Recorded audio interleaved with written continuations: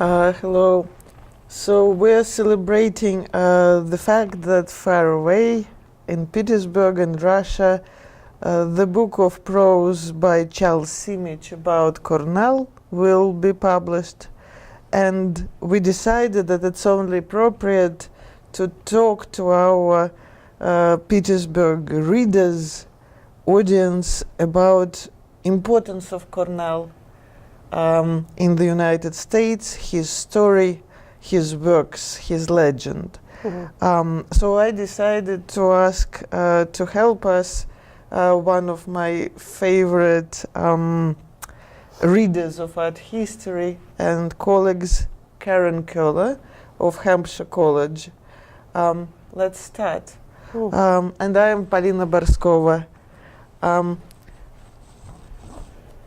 Your task is to explain to people outside of this culture, outside of the American 20th century and American art history, why Cornell is such a presence. But also, I think it's also would be wonderful, and I will be interrupting you, why do you like him? What do you, Karen, make of him?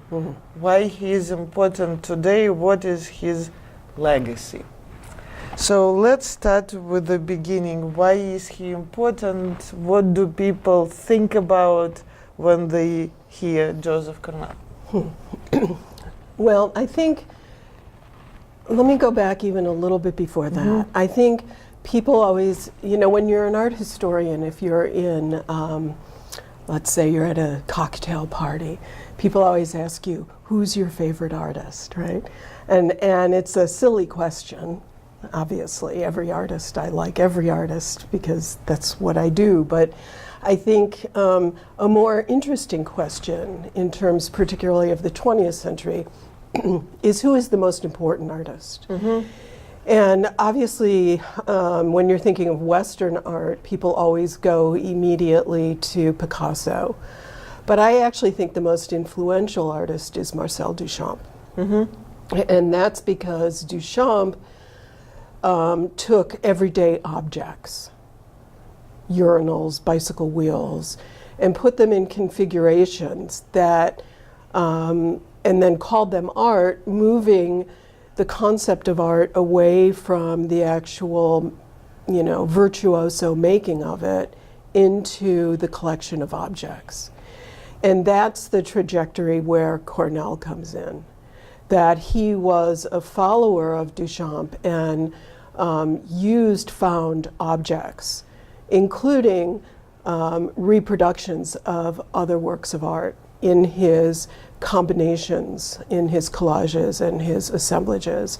So that is partially why I think he's so important, is that he took that language of the found object and continued it in really unique and interesting ways. So let me talk just a little bit about what those ways are. He, for one thing, and we'll get into maybe his life a little bit later, but he worked on a much more intimate scale.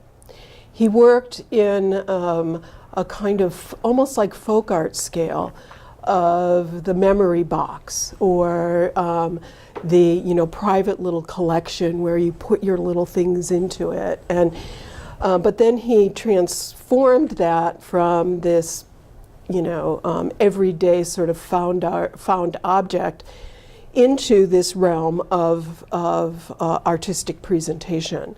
So in a way, he took that moment of Duchamp where he took something like a urinal or a bicycle wheel and a stool and said, look, this is art.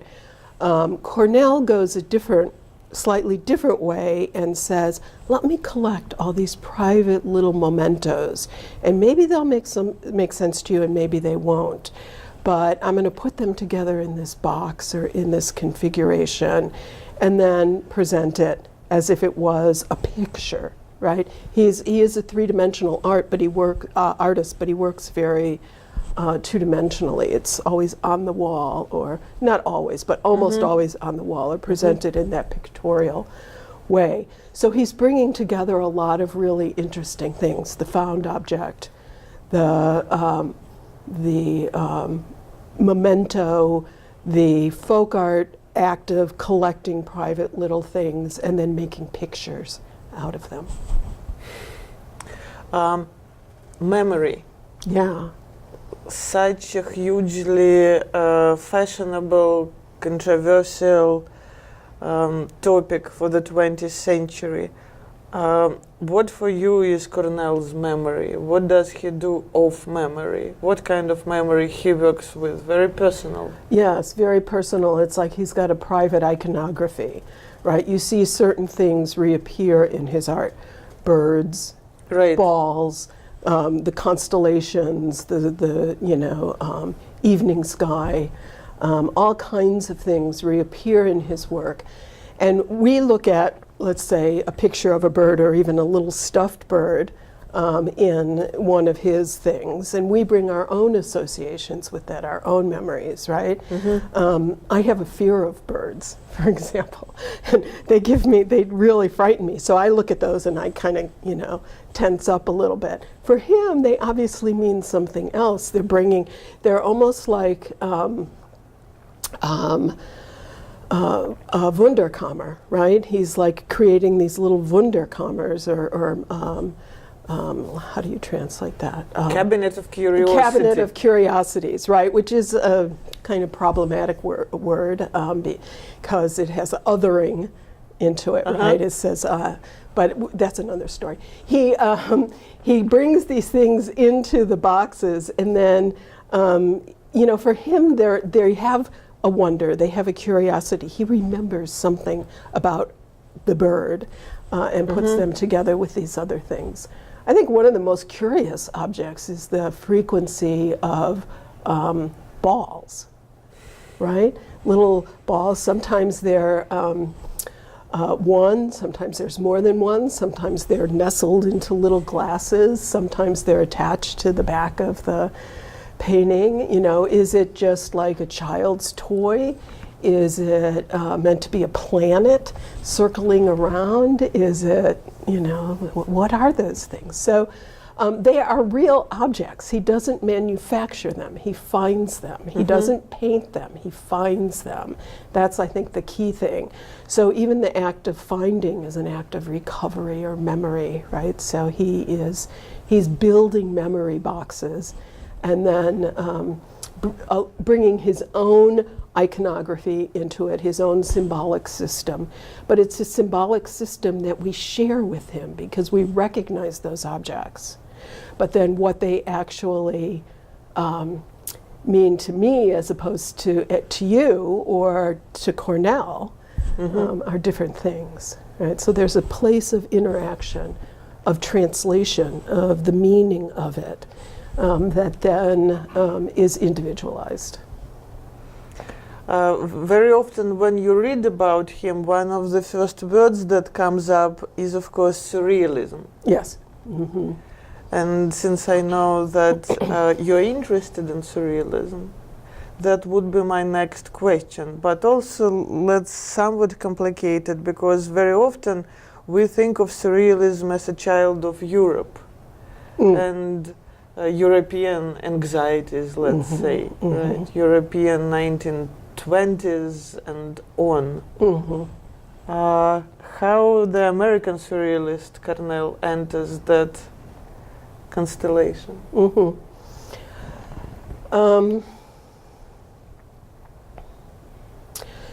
Well, there's different ways of thinking about surrealism. There's surrealism capital S and surrealism small s, right? And one of the problems with the word surrealism is that it does have a specificity to it. It was a movement led by Breton. He forced people to sign his manifesto if they wanted to be in his private club, right? But then surrealism as a thematic, or even I guess you could say stylistic mode of working spread out. And often my students will look at, let's say, early Renaissance art and say, oh, that's so surrealist. And I say, well, yeah, maybe, but maybe not also, right? It's a word that's become overused, I think. But there was a surrealist movement in the United States. It wasn't as clearly defined as it was in Europe. It grew out of Dadaism in the United States during the war. We think of Dadaism as having begun in Zurich during the war when all the exiles went to Zurich, and Lenin was there, as we know, and James Joyce, and Walter Benjamin was there working on his doctorate, right? But there was also a surrealist movement, a Dadaist movement in New York. And it was very much attached to literary journals initially. But Duchamp was there, Picabia was there. They were working on like the magazine Broom, for example, and other kinds of publications. But it's unlikely that Cornell knew about that movement directly because he was largely self-taught. He was very, very, he wasn't a recluse. I mean, the myth about him is that he was a total recluse, and that's not entirely true, but he was extremely shy and lived in his family home, Utopia Parkway, Nyack, New York, for his whole life, right? So he, he was a very odd character, for sure. But I want to go back just a second to talk about that question of surrealism and Cornell, because what I was talking about these weird things combined together in his works,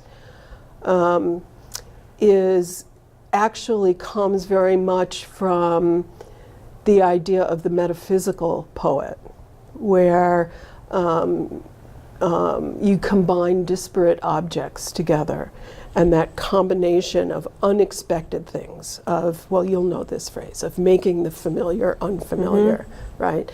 Just by simply combining weird things together creates some kind of new dialogue that, again, it's something that we go, wow, I never thought of having a bird and a wine glass together in a box, right? And then you go, oh, but it kind of makes sense to me. It makes sense to you. And so then that's the space of our dreams. That's our unconscious, right? And that space of our dreams where things that don't belong together suddenly make sense together, right? We think of those as private moments. Those are my private dreams where something feels a little erotic and it shouldn't, right? Or I find a room where things are together that don't belong together. That's my private space. But suddenly now here someone is making a work of art about it, and it's out there in the public for me to look at and share with Cornell, with you, with anybody else who's looking at it. And I get a little freaked out because I see these things together that don't belong together, that remind me of my dreams, and suddenly I realize everybody else is dreaming the same way, right? So my private space is interrupted. And I think that's one of the things that's so powerful about surrealism in general. And I think because of this quiet way that he combines disparate objects together, Cornell kind of digs into our unconscious a little and makes us really uncomfortable, but at the same time recognizing the beauty of what he does. He is a beautiful artist. He makes beautiful things. His use of color, for example, is extraordinary. Speaking of private space, again, for the reasons that you are describing wonderfully, and that I cannot fully understand even, I was always fascinated by the very box nature, by this very, how he creates these little worlds.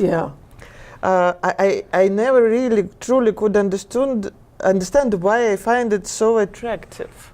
These little rooms, these little universes.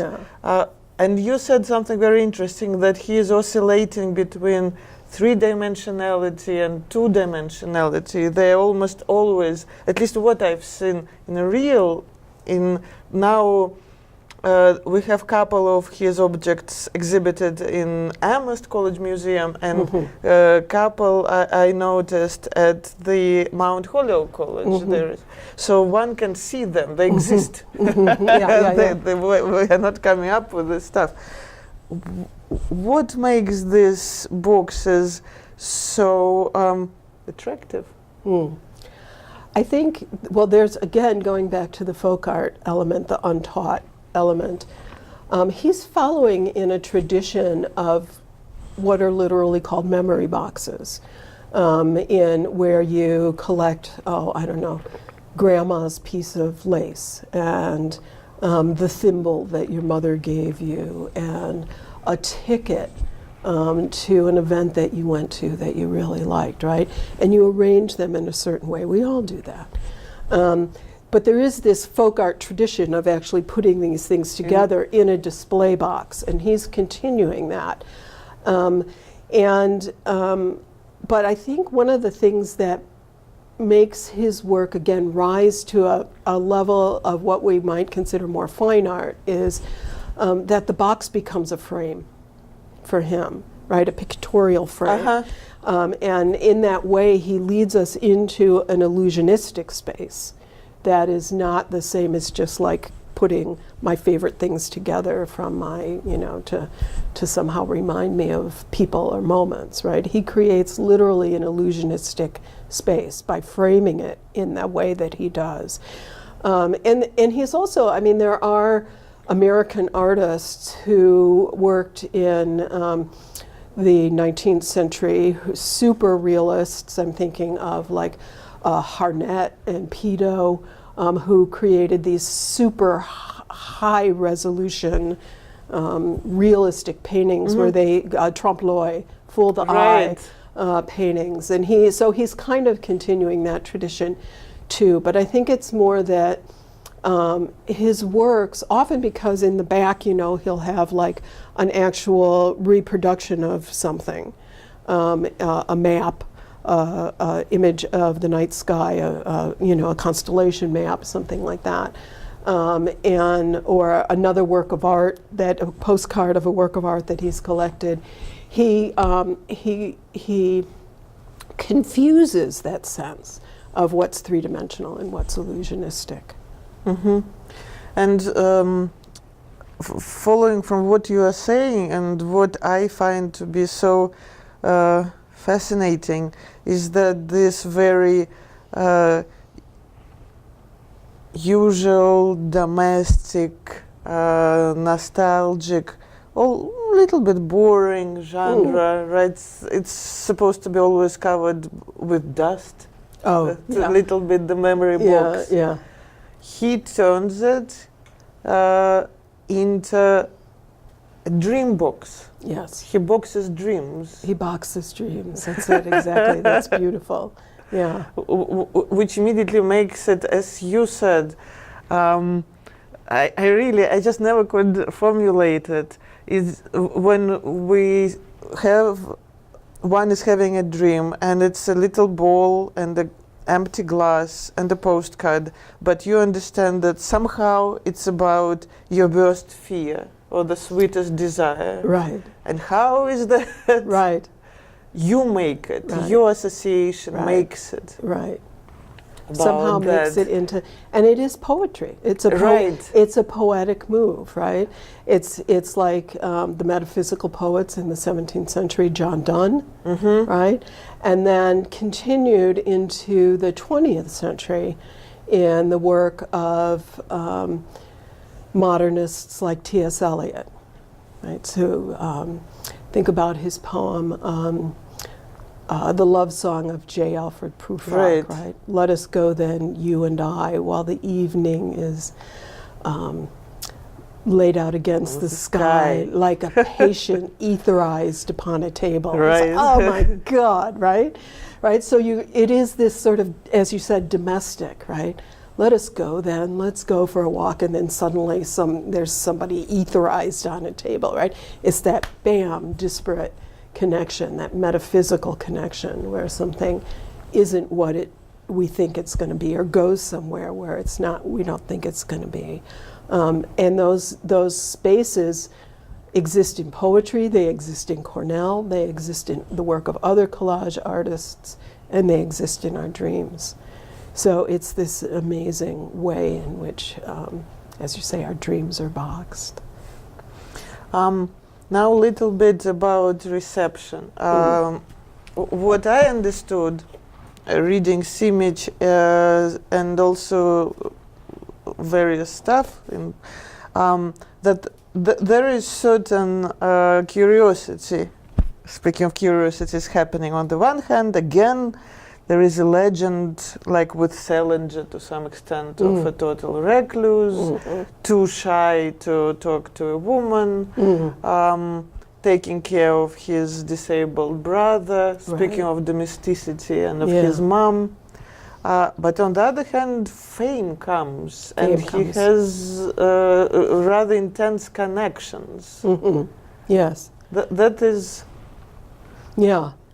Well, I think it teaches us a couple of things, as art historians anyway, right? Be careful of myth. Right.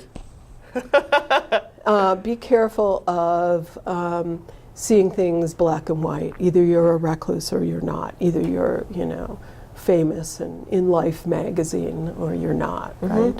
I would, put someone like Pollock or Van Gogh, right, in that category. Now, where you're seen as somehow crazy and then you become famous after, in the case of Van Gogh, you're crazy and you're making all these slashes and then on your canvas, and then you die and then suddenly you become famous, right? Just be careful of those kinds of myths. And I think it's useful to know those things only if they enable you to have an entryway into the art that you wouldn't otherwise have, right? So if I look at Cornell and I say, oh, the art of a recluse, look at how crazy that is, all that stuff together, that's not really a useful entry point. If I look at a work by Cornell and I say, he really was someone who cared. He cared about his brother, he cared about his family. Let me look at this, think about this concept of care, or even, to take it... Because this is so great, because in a way, again, when you see this tiny things, fragile. He's very careful. He's very careful. He's caring, right? First of all, he's enclosed in his house, right? He's boxed in his house. And then he's carefully taking care of people and of things. He has to have a crazy imagination to go someplace else outside of this house. And so he takes this imagination into the work, and he takes this care into the work. And I'm reminded of the fact that the word curate comes from the word to care for, curer, right? So in fact, he is doing what curators do, which is combining things, right? We talk about the act of curation as being a combinatory practice, not a comfortable word, but a combinatory practice. And that's what he's doing. He's combining things. He's putting them together in really unique and interesting ways. And then he's taking that space of his enclosed imagination and giving it to us, so we can enter into it and see if we can experience his care. See, that kind of a reading is much more interesting to me than just like this myth of the crazy artist.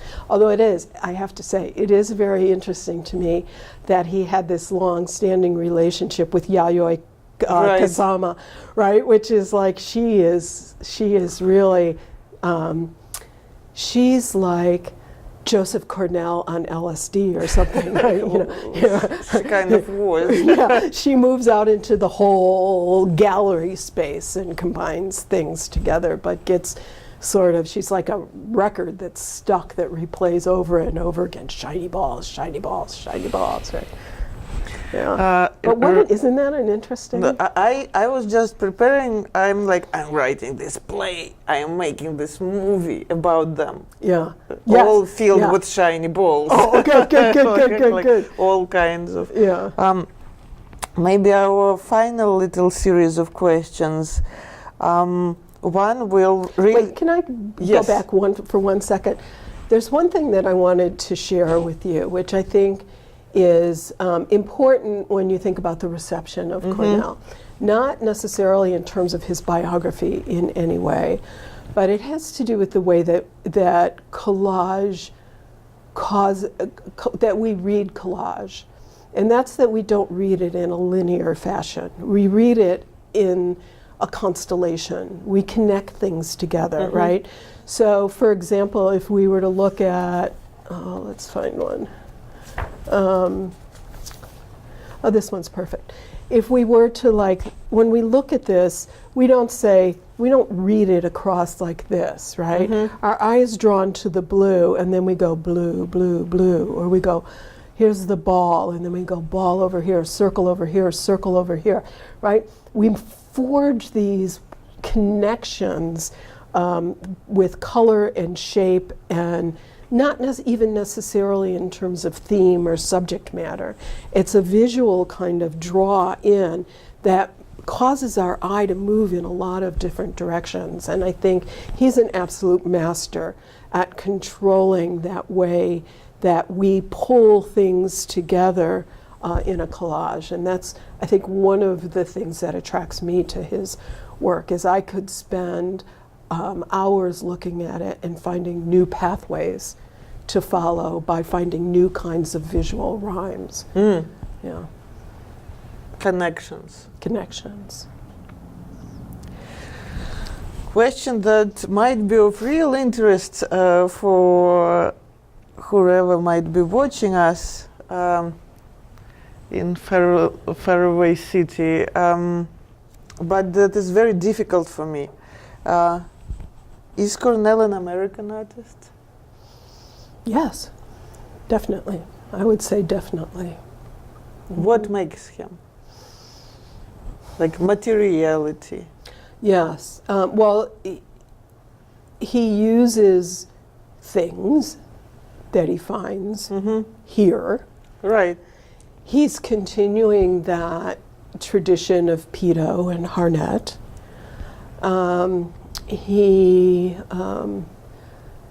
I think that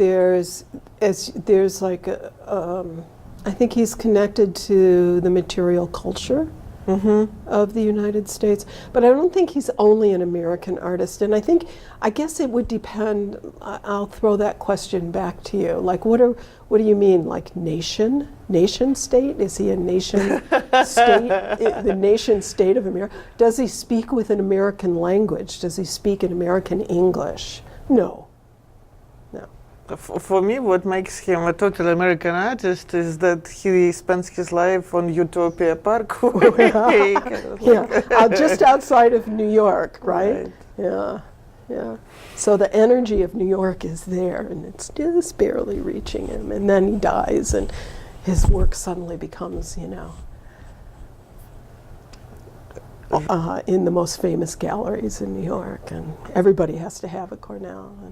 So the question that interests me... Well, that's one more thing, though. He was extremely prolific, right? He made so many works. That lots of galleries can afford. And museums. Right. Which is a very interesting question for me, the question about being prolific or being sparse, basically, kind of how your artistic physiology works. Yeah. Why Picasso couldn't stop for a second producing? Why there are these people for whom this is like breathing, basically? Right. Although Picasso became sort of for him, it became capitalism, I think, in the end. You know, the more work I make, the more money I make. I'm famous, I'm famous, I'm famous. I think for, at the end of his life, right? I think for Cornell, it was more a way of expressing that kind of internal world that he was in terms of where he lived and also in terms of where his mind went. I think it was his form of expression. It was his form of conversation with people that he wasn't having Really having. Yeah. Or, again, as you said, wasn't having on some level, because when we look closer, he had amazing conversations. He had amazingly strong relationships. Like, one can imagine how strong was relationship with his brother, for example. Right. Like one of the most intense one can imagine. Right. Caregiver. So the last question that I have is really something that interests me at this point, not necessarily in regards to Cornell. I am thinking with some other figures, but this is this question. I think it's incredibly interesting sometimes to look at the famous figure or important figure and to ask yourself kind of brutally, honestly, what this person, this artist, this writer means for us today. Like what today we can make of this work, how we can use it, how it can be useful for us today. And the most exciting thing for me that it changes all the time, that every new epoch has its own questions, like, I don't know, freaking Shakespeare, Donne. They change all the time because we change. Like, they're the same, basically. They don't change, but new questions come to them from us. Right. So, and also, like with Dawn, what is so interesting that certain generations or epochs completely ignore certain artists and writers and filmmakers and whatnot. With just no need at this particular point for this particular text. Right. Next century will come. Right. Yeah, it's an interesting question. I think there's a lot of things actually to talk about in what you said. One, I would say that Cornell works at an intimate scale. And so he doesn't have the kind of monumentality that other artists have. And so he's never really, I don't think he's gonna, just because of scale, he's never gonna, and everything of today, of course, in art is the bigger, the better, right? So he's not like Yayoi, for example, who can take over an entire museum. He's always going to be the quiet piece over in the corner. A little bit like Paul Klee, I think, in that way, that he's always going to be the one that you have to spend some time with, which is not necessarily how we see works of art today. You don't fully understand his work unless you see it in person, where you can experience that shallow 2D, 3D kind of dialogue. But I think what you're saying about what does he mean to us today is there's a couple of ways to think about that. One is that I think the kind of collage language that he so brilliantly perfected really does have a new life, I guess I would say, in sort of internet space, right? Where things are combined together that don't make any sense together. Or, you're trying to like find a hotel in Paris and suddenly there's, furniture ads appearing on the left-hand side and then there's something rolling across the bottom, right? So the way that we have to connect, the way that we have to learn to filter in order to do what we're trying to do in the sphere of the internet, I think, is a collaged space. There's no question about it. he also has had an influence just simply on graphic design, or collage has had an influence on graphic design. But I think more philosophically, I actually think that works of art are, I don't think we can ever go back to a moment of origin for any work of art or for Cornell. Right? We can learn what we can about the situation, what it was made, when it was made, what was the historical context, what was the biographical context, what was the art historical context. But we're never going to get rid of the accumulations of meaning that it has over time, right?